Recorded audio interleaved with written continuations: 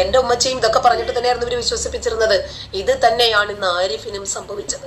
പക്ഷേ എന്റെ ഉമ്മച്ചി ഏറ്റവും ഒടുവിൽ സത്യം തിരിച്ചറിഞ്ഞു. ഇടയ്ക്ക് വളരെ ചെറിയൊരു ഡ്യൂറേഷൻ മാത്രമേ എന്റെ ഉമ്മച്ചി ഇവർക്ക് ബ്രെയിൻ വാഷ് ചെയ്യാൻ കഴിഞ്ഞിട്ടുള്ളൂ.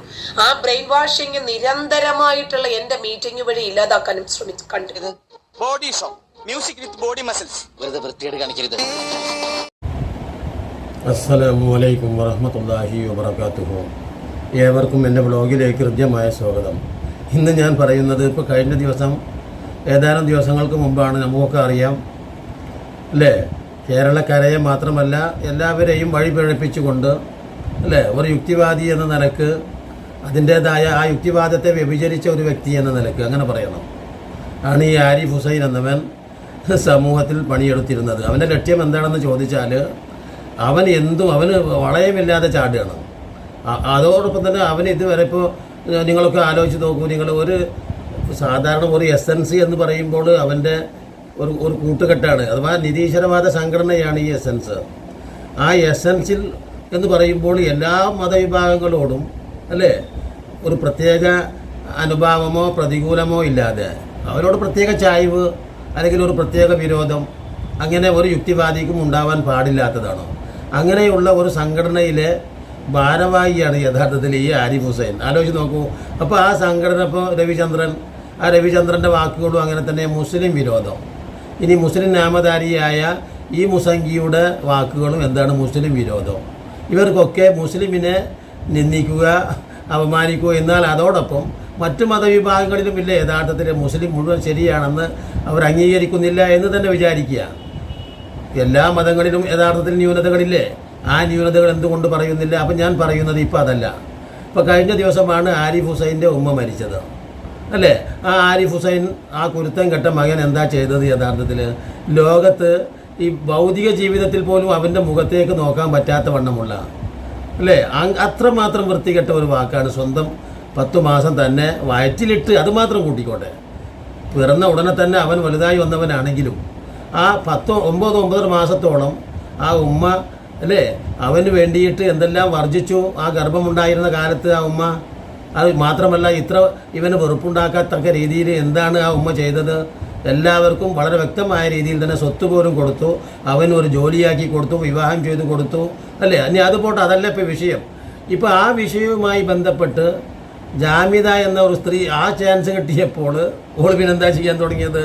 എന്റെ ഭൂമിയിൽ മണ്ണിട്ട് മൂടുമട എന്ന് പറയാനുള്ള വലിയ ഒരു ധീര യുവതയെ സൃഷ്ടിക്കാൻ നമ്മുടെയൊക്കെ ശ്രമകരമായിട്ടുള്ള ത്യാഗോജ്വലമായിട്ടുള്ള ജീവിതത്തിന് സാധിച്ചിട്ടുണ്ട്. ശരി, ഓള് ഈ ഗ്യാപ്പിലൂടെ കയറി എല്ലായിടത്തും അവരുടെ വാക്കുകൾ കേൾക്കണം. ഇപ്പോൾ ഏതോ ഒരു BJP വിളിച്ചു കൊണ്ടുപോയിട്ട് ആ BJPയുടെ സദസ്സിൽ ഏതോ ഉസ്താദുമാർ കടന്നു വന്നു, എന്നിട്ട് അവിടെ സംവാദമാണ് നടന്നിരുന്നത്. അങ്ങനെ ഞാൻ ആ സംവാദവുമായിട്ട് ഏറ്റുമുട്ടിയപ്പോൾ ആ ഉസ്താദുമാർ മുഴുവനും തെറിച്ച് ഓടിപ്പോയി. കാരണം എൻ്റെ വാക്കുകൾക്ക് മുമ്പിൽ പിടിച്ചു നിൽക്കാൻ അവർക്ക് കഴിഞ്ഞില്ല. ഇത്തരത്തിലുള്ള പുളുവടി ഇവള് പണ്ടേ പറയുന്ന ഒരു സംഗതി ആയതുകൊണ്ട് അറിയുന്ന ആളുകൾക്ക് അറിയും. വെറും ഒരു ചിരിക്ക് പകരം സാമൂഹ്യ വിമർശനം ചർച്ചയാക്കി മാറ്റുന്ന ബ്രില്യൻസ്. പക്ഷേ ഏതാനും ചില ഈ ചാണകം തലയിലുള്ള ഹൃദയത്തിലൊന്നുമില്ലാത്ത ഈ സംഘികളല്ലാതെ അവരുടെ ഇതൊന്നും കാണാനും നിൽക്കില്ല. കാരണം ഇങ്ങനെ ഈ സ്വയം പൊക്കിക്കൊണ്ട്, അപ്പോൾ ഈ ഉമ്മ മരിച്ചത് ഇപ്പോൾ ആരിഫ് ഹുസൈൻ്റെ ഉമ്മ മരിച്ചതിനെ തുടർന്ന് പിന്നെ ഓളമ്മാൻ്റെ കഥ പറയാൻ തുടങ്ങുന്നത്. അപ്പോൾ ഓളമ്മ എങ്ങനെയായിരുന്നു എന്ന് ചോദിച്ചാൽ, ഓളമ്മ 5 നേരം നിസ്കരിക്കും, നോമ്പെടുക്കും, ഒക്കെ ഞാൻ സൗകര്യം ചെയ്തു കൊടുക്കും. മാത്രമല്ല, നിങ്ങൾ ആലോചിച്ച് നോക്കൂ, ഇത്തരത്തിലുള്ള ആ സ്ത്രീയുടെ ഈ ചാൻസ് നമ്മൾ പറയുമല്ലോ സാധാരണ. ജമാഅത്തുകാരുമായിട്ട് സംസാരിച്ച് ഉമ്മച്ചിക്ക് പാളയം പള്ളിയിൽ എന്തെങ്കിലും ഒരു പ്രശ്നമുണ്ടെങ്കിൽ 3 പള്ളികളിലും മയ്യത്ത് കബറടക്കാനുള്ള സംവിധാനം ശരിയാക്കിയിട്ടാണ് ഞാൻ പോകുന്നത്. ഞാൻ മതം വിട്ടാലേ. അതുകൊണ്ട് എന്റെ ഉമ്മച്ചിക്ക് എന്തെങ്കിലും ഒരു പ്രശ്നം ഉണ്ടെങ്കിൽ ബുദ്ധിമുട്ടില്ലാതെ എന്റെ ഉമ്മച്ചിയുടെ മയ്യത്ത് കബറടക്കണം എന്നുള്ളത് കൊണ്ട് തന്നെ ഞാൻ 3 പള്ളിയിൽ വിളിച്ചു. എന്റെ ഉമ്മച്ചിയുടെ ആഗ്രഹമാണ് പള്ളിയിൽ കബറടക്കണം എന്നുള്ളത്. അപ്പോൾ അത് ചെയ്യണമെന്ന് തന്നെ ഞാൻ ഉറപ്പിച്ച് എല്ലാ പൈസയൊക്കെ റെഡിയാക്കിയിട്ടാണ് ഞാൻ പോകുന്നത്. ആ സമയത്ത് എൻ്റെ ഒരു സുഹൃത്ത് പെട്ടെന്ന് കുറച്ച് പൈസ വിട്ടു തന്നു കേട്ടോ, ബുദ്ധിമുട്ടൊന്നും ഇല്ലാതെ എല്ലാ കാര്യങ്ങളും മംഗളമായിട്ട് മാറാൻ വേണ്ടിയിട്ട്. എന്നിട്ട് ആ മയ്യത്ത് പള്ളിയിലേക്ക് എടുക്കുന്ന സമയത്ത് ഇവന്റെ മയ്യത്ത് നമസ്കാരം ഒക്കെ ഉണ്ടല്ലോ, അതുകൊണ്ട് ഞാൻ കുറച്ചൊന്നും വിട്ടു. ആ വീട്ടിൽ ഞാൻ നിന്നില്ല. ഞാനും എന്റെ മക്കളും ഇക്കായും ഞങ്ങൾ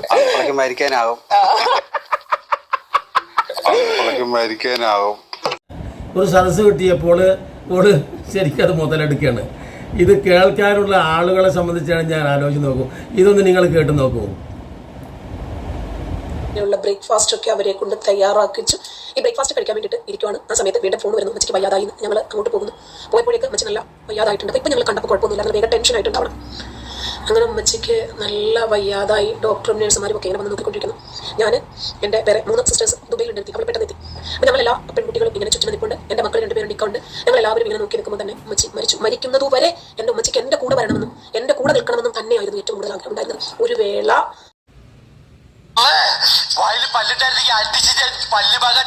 പറഞ്ഞത് എന്ന് ചോദിച്ചാൽ ഇന്ന് ഇതൊക്കെ പറഞ്ഞ് വിശ്വസിപ്പിച്ചതാണ്. അതുകൊണ്ടാണ് ഞാൻ ആദ്യം തന്നെ ഈ പറയുന്ന എന്താ പറയുക പുളിക്കൽ ഏതോ ഒരു മുജാഹിദ് സംഘടനയുമായി ബന്ധപ്പെട്ട് അല്ലെങ്കിൽ ആ മുജാഹിദ് സ്കൂളിലോ മറ്റോ പഠിച്ചിട്ടുണ്ട്. അതല്ലാതെ അവൾക്ക് മതപരമായിട്ട് യാതൊരു പഠനവും കിട്ടിയിട്ടില്ല. അത് ആര് സാക്ഷ്യപ്പെടുത്തുന്നുണ്ട്? ഇത് ഞാൻ വെറുതെ കൊണ്ട് പറയല്ല. ഒരു ക്രിസംഖ്യ അയാളുടെ കമൻറ്റിൽ തന്നെ പറയുന്നുണ്ട്. ഈ ജാമിദ എന്ന് പറയുന്നവൾ ടീച്ചറോ മറ്റോ അല്ല, മറിച്ച് അവൾ മദ്രസയിൽ എന്തോ പോയിട്ടുണ്ടായിരിക്കാം എന്നല്ലാതെ അവൾ ടീച്ചർ ബിരുദമോ അല്ല എന്താ പറയുക നമ്മൾ സാധാരണ രീതിയിൽ ഒരു ടീച്ചർ എന്ന് പറയണമെങ്കിൽ TTC പാസ്സാവണം, അല്ലെങ്കിൽ B.Ed പാസ്സാവണം, അല്ല അങ്ങനെ എന്തെങ്കിലും വേണോ? അപ്പോൾ അവൾ 10ാം ക്ലാസ്സിൽ തോറ്റ ഒരു സ്ത്രീയാണ്. അഥവാ ഖുർആനികമായിട്ടോ അതിൻ്റെ തജ്വീദിയോ അതിൻ്റെ മറ്റു കാര്യങ്ങളൊന്നും അറിയില്ല. പിന്നെ വെറുതെ എങ്കിലും ജബ്ബാർ എന്ന് പറയുന്ന ഒരു യുക്തിവാദിയുടെ ഏതോ ഒരു ക്ലാസ്, കാരണം ഓനൊരു 2-3 തഫ്സീറുകൾ വാങ്ങിക്കൊടുന്ന് വെച്ചിട്ട് അത് നോക്കിയിട്ട് ഉച്ചാരണം പോലും ശരിയല്ലാത്ത വണ്ണം, കാരണം ഈ നിരീശ്വരവാദിയുടെ ഉച്ചാരണം ഇപ്പോൾ ആരിഫിൻ്റെ ഒക്കെ വാക്കുകളിൽ അവരുടെ ഉച്ചാരണം നമുക്ക് വ്യക്തമായിട്ട് മനസ്സിലാവും. അഥവാ തജ്വീദ് മാത്രമല്ല, കൈറ് എന്നാണ് ഹൈർ എന്ന വേർഡിന് ഇപ്പോഴും അവൻ അള്ളാഹു എന്ന് മൊഴിയാൻ അള്ളാഹു അത് സ്വയം അവൻ മനഃപൂർവ്വം അങ്ങനെ പറയുന്നതാണോ, അതല്ല ഇനി ഈ പറയുന്ന സംഖ്യകൾക്ക് സുഖിപ്പിക്കാൻ വേണ്ടി ഞാൻ ഹിന്ദു തന്നെയാണ് അല്ലെങ്കിൽ നിങ്ങളോടാണ് എനിക്ക് കൂടുതൽ വിധേയത്വം. അപ്പോൾ എല്ലാ ഹിന്ദുക്കളും താരതമ്യേന ക്രിസ്ത്യാനികളുമൊക്കെ യഥാർത്ഥത്തിൽ അള്ളാഹു എന്ന പ്രയോഗം അവർക്ക് ബുദ്ധിമുട്ടാണ്. ഭൂരിപക്ഷം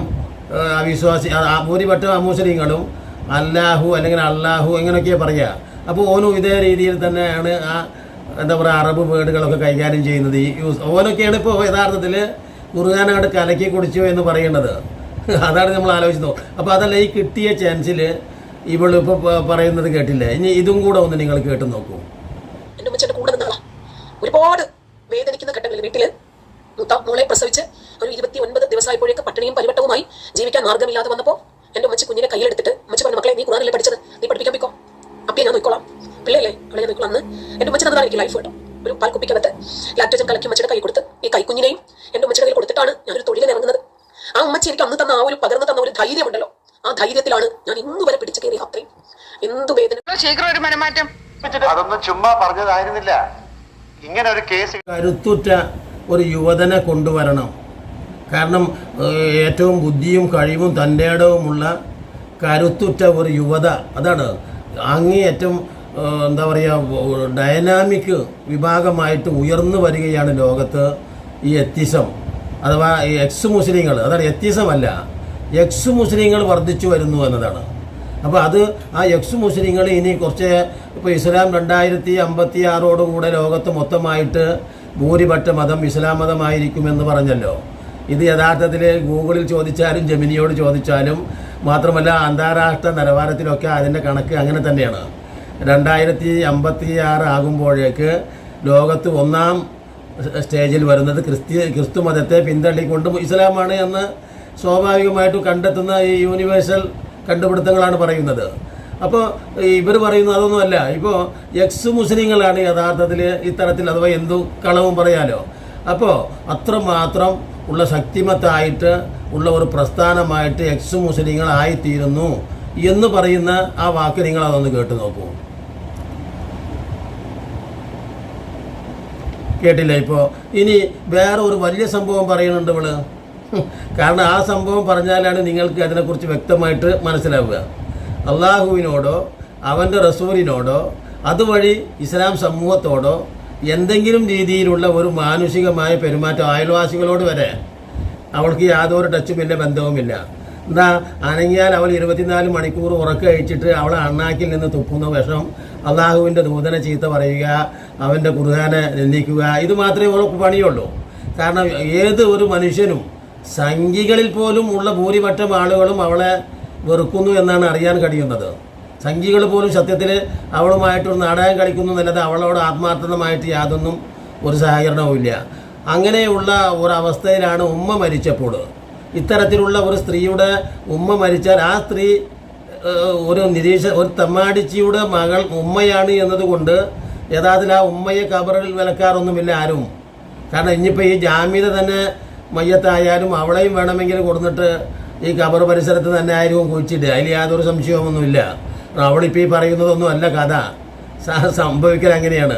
അപ്പോൾ അതുപോട്ടെ, ജീവിതകാലത്ത് ഒരിക്കലും അവൾ മതപരമായി ഒരു സമൂഹത്തോടോ ഒരു സംഘടനയോടോ ഒരു മുസ്ലിം വ്യക്തിയോടോ സംസാരിക്കാനുള്ള യോഗ്യത അവൾക്കില്ലെന്ന് മാത്രമല്ല, ജാമ്യത എന്തെങ്കിലും ഒരു പ്രശ്നത്തിന് സംസാരിക്കാൻ വരുന്നു എന്ന് വന്നാൽ ഒരിക്കലും ഒരു മുഖം കൊടുക്കുകയോ മാത്രമല്ല ചെയ്യാമെന്ന് വെച്ച കാര്യം പോലും ആ സംഘടനയോ സമൂഹമോ വ്യക്തിയോ ചെയ്യുകയില്ല, അല്ലേ, ഇസ്ലാമിൻ്റെ പേരിൽ. അപ്പോൾ ഈ ഉമ്മ മരിച്ചപ്പോൾ മറയടക്കുക എന്നതാണ് വിഷയം. അപ്പോൾ ആകെ പ്രശ്നമാവും എന്ന് ആണത്ര ഇവൾ പ്രതീക്ഷിച്ചിരുന്നത്. കാരണം ഒരു യുക്തിവാദിനിയുടെ അഥവാ എന്താ പറയുക ഒരു ഫെമിനിസ്റ്റിയുടെ അല്ലെങ്കിൽ എന്താ പറയുക ഒരു സാമൂഹ്യ പരിഷ്കർത്താവ്, ആ സാമൂഹ്യ പരിഷ്കർത്താവിൻ്റെ ഉമ്മ മരിച്ചപ്പോൾ അല്ലേ, അപ്പോൾ ഞാൻ അങ്ങോട്ട് ചെന്നിട്ട് കണ്ട് ഇടപെട്ടു ജമാഅത്തുകാരുമായിട്ട്. 3 ജമാഅത്ത് പള്ളിയിൽ ഞാൻ അങ്ങോട്ട് സംസാരിച്ചു അവരോട്. അപ്പോൾ ആ സംസാരത്തോടു കൂടെ തന്നെ അവർ ഇങ്ങോട്ട് വരും, ഏത് ജമാഅത്തിലേക്ക് വേണമെങ്കിലും എൻ്റെ ഉമ്മാനെ കൊണ്ടുവരൂ എന്ന് പറഞ്ഞിട്ട് അവർ 3 ഭാഗത്ത് നിന്ന് നോക്കണം. അള്ളാഹുവിൻ്റെ റസൂൽ ഒരു കഥ പറയുന്നുണ്ട്. പരലോകത്ത് സത്യവിശ്വാസികളായിട്ട് മരിച്ചു ചെന്നാൽ സ്വർഗവാസികളായിട്ടുള്ള ആളുകളെ ഓരോ ബാബിലൂടെയും എന്ന് പറഞ്ഞാൽ ഓരോ വാതിലുകളിലൂടെയും ഓരോ സത്യവിശ്വാസികളെയും വിളിക്കപ്പെടും. അള്ളാഹുവിൻ്റെ മലക്കുകൾ സലാമും അലൈക്കും ഉദ്ഖുലുൽ ജന്ന എന്ന് പറഞ്ഞുകൊണ്ട്. അപ്പോൾ സ്വർഗത്തിന് 8 വാതിലുകളാണെന്ന് റസൂൽ പറയുന്നുണ്ട്. ആ 8 വാതിലുകളിലൂടെയും അള്ളാഹുവിൻ്റെ മലക്കുകൾ വിളിക്കുന്ന ഒരു വ്യക്തി അബൂബക്കർ സിദ്ദീഖ് എന്നവരാണെന്ന് അള്ളാഹുവിൻ്റെ റസൂല് അവിടുത്തെ നാവ് കൊണ്ട് പറഞ്ഞിട്ടുണ്ട്. ആലോചിച്ച് നോക്കൂ. അപ്പോൾ എന്നതുപോലെ ഇവള് ഈ ജമാഅത്ത് 3 ജമാഅത്തും ഇവളുടെ വർത്തമാനം കേട്ടതോടുകൂടെ ജാമിദ ഞങ്ങൾ നീ എന്തു പറഞ്ഞാലും ഞങ്ങൾ തയ്യാറാണ്, ഞങ്ങളെല്ലാവരും നിന്നെ വളരെ ബഹുമാനിക്കുന്നു, സ്നേഹിക്കുന്നു എന്ന രീതിയിലാണ് ഇപ്പോൾ അവൾ ആ വടായി അടിച്ചത്. അത് നിങ്ങൾ കണ്ടു നോക്കൂ.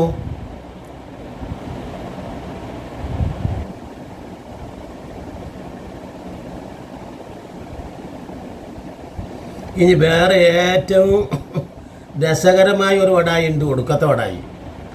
ആ വടായിയാണ് ലോകത്ത് ഇവൾക്ക് എന്ത് കൊടുക്കണോ, ഏത് മയ്യത്തായിട്ട് കിടക്കുന്നവൻ പോലും വന്നിട്ട് ഒന്ന് കുലുങ്ങി ചിരിച്ചിട്ട് ആ കുഴിയിലേക്ക് തന്നെ മടങ്ങും. അങ്ങനെ ചില സംഭവങ്ങളൊക്കെ ഉണ്ട് ലോകത്ത്, അത്ഭുതം സംഭവിക്കും എന്നതുപോലെയാണ് ഇപ്പോൾ ഒടുക്കം അവൾ അടിച്ച പുളു. അത് കേട്ടാൽ ഏത് മയ്യത്തും ആ കബറിൽ നിന്ന് ഇങ്ങോട്ട് കബർ പൊളിച്ചു വന്നിട്ട് ചിരിച്ച് മയ്യത്താവും 2ാം പേര്. കാരണം അത്രമാത്രം ഗൗരവമുള്ള ഒരു മഹാവങ്കത്വം ആ വിഡ്ഢിത്തരം അവൾ പറഞ്ഞത് എന്താണെന്ന് ചോദിച്ചാൽ ഈ ഉമ്മ പറയൂ അത്രേ. അതാണ് ഏറ്റവും വലിയ രസം. ഉമ്മ പറയൂ അത്രേ, എനിക്ക് ജാമ്യതയുടെ കാര്യമാണ് എനിക്ക് ഏറ്റവും വലിയ താല്പര്യം. അതുകൊണ്ട് തന്നെ ജാമ്യതയോടൊപ്പം നിൽക്കുമ്പോൾ എനിക്ക് വല്ലാത്ത ഒരു സന്തോഷമാണ്. നോക്കൂ, ഏതെങ്കിലും ഒരു ഉമ്മാക്ക് ജാമ്യത എന്ന് പറയുന്ന ആ സ്ത്രീ 24 മണിക്കൂറിലും അവളെ ഉറങ്ങാനും കൂടെ സമ്മതിക്കാത്ത ആ പിള്ളേർക്കും ആ ഉമ്മ ഉണ്ടെങ്കിൽ തന്നെ ആ ഉമ്മാക്കും ഉറങ്ങാനും കൂടെ സമ്മതിക്കാതെ ഒരു വീട്ടിൽ ഒരു സ്ത്രീ ഒച്ചയും വിളിയും ഉണ്ടാക്കിക്കൊണ്ട് ഒരു വ്ളോഗ് ചെയ്യുകയാണെങ്കിൽ മറ്റുള്ളവർക്ക് എങ്ങനെ ഉറങ്ങാൻ കഴിയുക? അപ്പോൾ അള്ളാഹുവിൻ്റെ റസൂലിനെയും അവൻ്റെ പരിശുദ്ധ ഖുർആനെയും സത്യവിശ്വാസികളെയും ചീത്ത പറയലല്ലാതെ വേറെ ഒരു പണിയും അവൾക്കില്ല. അപ്പോൾ അത് കേട്ടിട്ട് എന്തെങ്കിലും ഒരു 1000-ൽ 1 അംശമെങ്കിലും വിശ്വാസമുള്ള ഒരു ഉമ്മാക്ക് അവിടെ നിൽക്കാൻ കഴിയുമോ? ഞാൻ അവിടെ നിൽക്കണില്ല എന്നല്ല പറയുക. തീർച്ചയായിട്ടും അല്ലേ, നിസ്കരിക്കുന്നുണ്ട് എൻ്റെ ഉമ്മ, ഉംറ ചെയ്തു എൻ്റെ ഉമ്മ, നമുക്ക് റസൂലുള്ളാഹിൻ്റെ റൗള കണ്ടുവന്ന്, പരിശുദ്ധ കഅബ കണ്ടുവന്ന്. എന്നിട്ട് അതൊക്കെ കണ്ടു വന്നതിന് ശേഷം ഇവരുടെ ഈ വൃത്തികേടുകൾ ആ തിരുനബിയെ അങ്ങേയറ്റം നിന്ദിച്ച് സംസാരിക്കുന്നത് നോക്കണം. ആ അള്ളാഹുവിനെ ചീത്ത പറയുന്നത്, അവൻ്റെ ദൂതനെ നിന്ദിക്കുന്നത്, അവൻ്റെ അടയാളങ്ങളെ പരിഹസിക്കുന്നതൊക്കെ ഈ തള്ള കേട്ടിട്ട് ചിരിച്ചു കൂടെ നിന്നിട്ട് എന്ന് പറയുമ്പോൾ നമ്മളൊക്കെ വിശ്വസിക്കാൻ പറ്റുമോ? മാത്രമല്ല എപ്പോഴും പറയൂ അത്ര തള്ള, ഇവളെ കൂടെ നിന്നാൽ മതി. ആ മരിക്കാൻ നേരത്ത് പോലും ആ ഉമ്മ പറയാണ് എനിക്ക് ജാമ്യതൻ്റെ കൂടെ പോയാൽ മതി, എന്നാൽ പിന്നെ നല്ല ഉസാറായി. ശൈത്താൻ്റെ കൂടെ പോയി എന്ന് പറഞ്ഞതിനേക്കാളും കട്ട പുകയായിട്ട് നരകത്തിലേക്ക് ഉറപ്പായി ദുനിയാവിൽ നിന്ന്, അല്ലേ? മാത്രമല്ല ഏതെങ്കിലും ഒരു 1000-ൽ 1 അല്പം വിശ്വാസം പോലും ഉണ്ടെങ്കിൽ ഏതെങ്കിലും ഈ ശൈത്താൻ്റെ കൂടെ ഒരു ഉമ്മ പോകുമോ? ഇപ്പോൾ ആരിഫിൻ്റെ കൂടെ ആ ഉമ്മ പോകാത്തത് പോലെ തന്നെ ഈ ഉമ്മമാരൊക്കെ അള്ളാഹുവിൽ വിശ്വസിക്കുന്ന അല്ലേ സർവ്വശക്തനായ അടിസ്ഥാന വിശ്വാസമുള്ള സ്ത്രീകൾ തന്നെയാണ്. അവരൊന്നും ഇത്തരത്തിലുള്ള ഈ തെമ്മാടി പുരുഷന്മാരായാലും സ്ത്രീകളായാലും ഒന്നും അവരൊന്നും അത്തരത്തിൽ ഒരിക്കലും അങ്ങനെ കൂടെ പോലെ മാത്രമല്ല ഇപ്പോൾ വേറെയും മടായി അടിക്കുന്നുണ്ട്. എൻ്റെ അടുത്ത് എൻ്റെ മറ്റുള്ള എന്താ സംഭവിച്ചിരിക്കുന്നു വെച്ചാൽ ഓൾക്ക് ഒരു ആത്മാർത്ഥതയും ആ ഉമ്മയോടില്ല. എന്തുകൊണ്ടെന്നാൽ നിങ്ങളെല്ലാവരും നോക്കുക, ആ ഉമ്മ മരിച്ച ദിവസം ഞാൻ ശ്രദ്ധിച്ചിട്ടുണ്ട്. ഞാനതൊരു വ്ളോഗ് ചെയ്തിരുന്നു. ഒരൊറ്റ ദിവസം പോലും അവരുടെ വ്ളോഗ് ബന്ധമായിട്ടില്ല.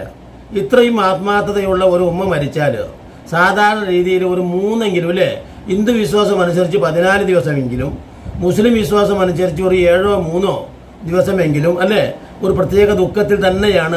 മറ്റുള്ള ബന്ധങ്ങൾ പോലും ബന്ധപ്പെട്ടവർ പോലും അങ്ങനെയാണ് ചെയ്യുക. എന്നാൽ ഈ സ്വന്തം പിറന്ന മോള് ആ വീട്ടിൽ നിന്ന് ഓടിപ്പോരുകയും ആ മയ്യത്ത് പരിപാലനത്തിലൊന്നും മാത്രമേ നിന്നിട്ടില്ല. മുത്തം പുളു നുണ മാത്രം പറയണം. അവൾക്ക് എന്തും പറഞ്ഞുകൂടെ? എന്നിട്ട് വളരെ വികാര നിർഭരയായി നോക്കൂ, വളരെ സങ്കടകരമായിട്ട് ഇങ്ങനെ ആ കരയുന്ന അവസ്ഥ ആലോചിച്ച് നോക്കൂ. അത് കാണേണ്ട ഒരു കാഴ്ച തന്നെയാണ് യഥാർത്ഥത്തിൽ അവളുടെ ആ കാണേണ്ട. അപ്പോൾ അന്ന് തിരിച്ചു പോരുകയും അപ്പം തന്നെ ഈ പത കുത്തി നിറച്ച് 10-24 വ്ളോഗ് ചെയ്യുകയും അള്ളാഹുവിൻ്റെ റസൂലെ പള്ള നിറച്ച് ചീത്ത പറയുകയും ചെയ്യുകയാണ് അവളുടെ ദുഃഖം.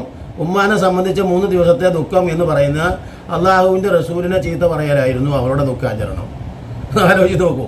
അപ്പോൾ ഇത് പറഞ്ഞുകൊണ്ട് ഇനിയും നല്ല നല്ല വീഡിയോകളുമായി നിങ്ങളെ കണ്ടുമുട്ടുന്നത് വരെ നിങ്ങൾക്ക് നന്ദി.